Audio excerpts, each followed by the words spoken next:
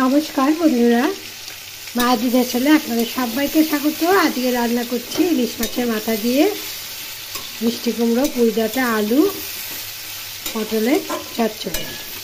প্রথমে তেল গরম করে নিয়ে এর মধ্যে পাঁচফোড়ন দিয়েছি, পাঁচফোড়ন আর কাঁচা লঙ্কা ভেজে নিয়ে এর মধ্যে সবজিগুলো দিয়ে দিলাম। সবজিগুলো একটু ভাজা ভাজা হয়ে গেছে। এখন পরিমাণ মতো হলুদ গুঁড়ো দিলাম, স্বাদ মতো লবণ দিলাম ও শুকনো লঙ্কার গুঁড়ো দিলাম। এখন লো ফ্লেমে ঢাকা দিয়ে আমি এই সবজিগুলো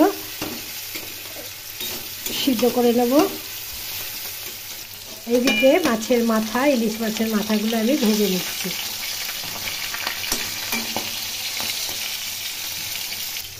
এর মধ্যে সামান্য জল দিয়ে দিলাম, এখন ঢেকে দেব।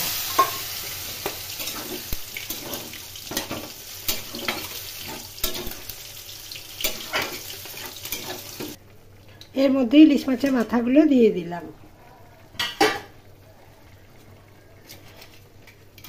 এখন আমি সবজি এবং মাথাগুলো সিদ্ধ করব।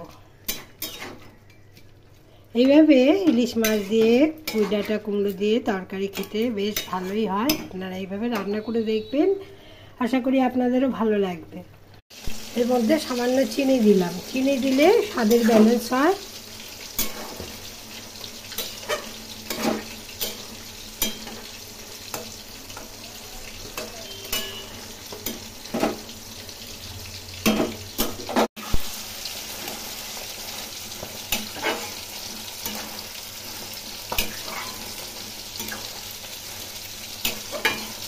মাছের মাথা দিয়ে পুঁইডাঁটার তরকারি আমার রান্না হয়ে গেছে। এখন আমি গ্যাসের ফ্লেম বন্ধ করে দিয়ে নামিয়ে নেব।